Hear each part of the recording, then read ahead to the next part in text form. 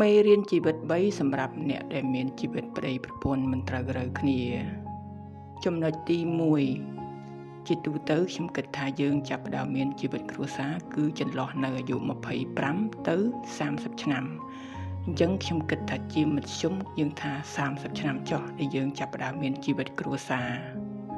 ដូចនេះចាប់ពីអាយុ30ឆ្នាំទៅដល់50ឆ្នាំគឺយើងមានរយៈពេល20ឆ្នាំដែល20ឆ្នាំនេះគឺជាពេលវេលាដែលយើង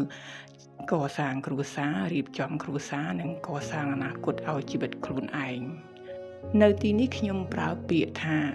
យើងកសាងជីវិតដើម្បីខ្លួនឯងចំណុចទី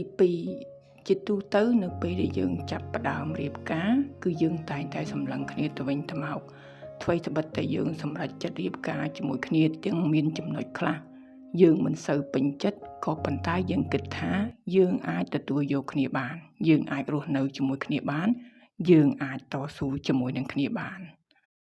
ចំណុចទី3នៅពេលដែលយើងចាប់ផ្ដើមរស់នៅជាមួយគ្នានៅពេលនោះយើងជួបរឿងរកាំរកូសច្រើនណាស់យើងអត់ត្រូវគ្នាទេយើងឧស្សាហ៍ឆ្លោះគ្នាហើយមានពេលខ្លះយើងក៏ចាប់ផ្ដើមមានអារម្មណ៍មួយហាក់នឿយណាយនិងធុញទ្រាន់នឹងជីវិតគូមួយនេះវាមិនត្រឹមតែជាការនឿយណាយទេប៉ុន្តែវាជាសម្ពាធផ្លូវចិត្តសម្ពាធផ្លូវអារម្មណ៍ធ្វើឲ្យយើងក្លាយទៅជាមនុស្សម្នាក់បាត់បង់សេរីភាពខាងផ្លូវចិត្ត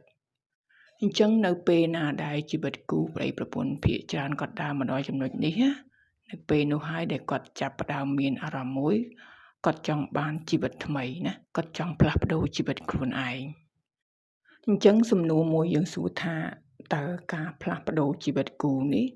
វាជារឿងដែលល្អដែរឬទេវាជាជំរើសដែលត្រឹមត្រូវឬក៏វាជាវិធីមួយដែលធ្វើឲ្យជីវិតយើងបានប្រសើរជាងមុនដែរឬទេអញ្ចឹងយើងនឹងបកស្រាយលម្អិតបន្ថែមជួបគ្នានៅវីដេអូភាគក្រោយទៀត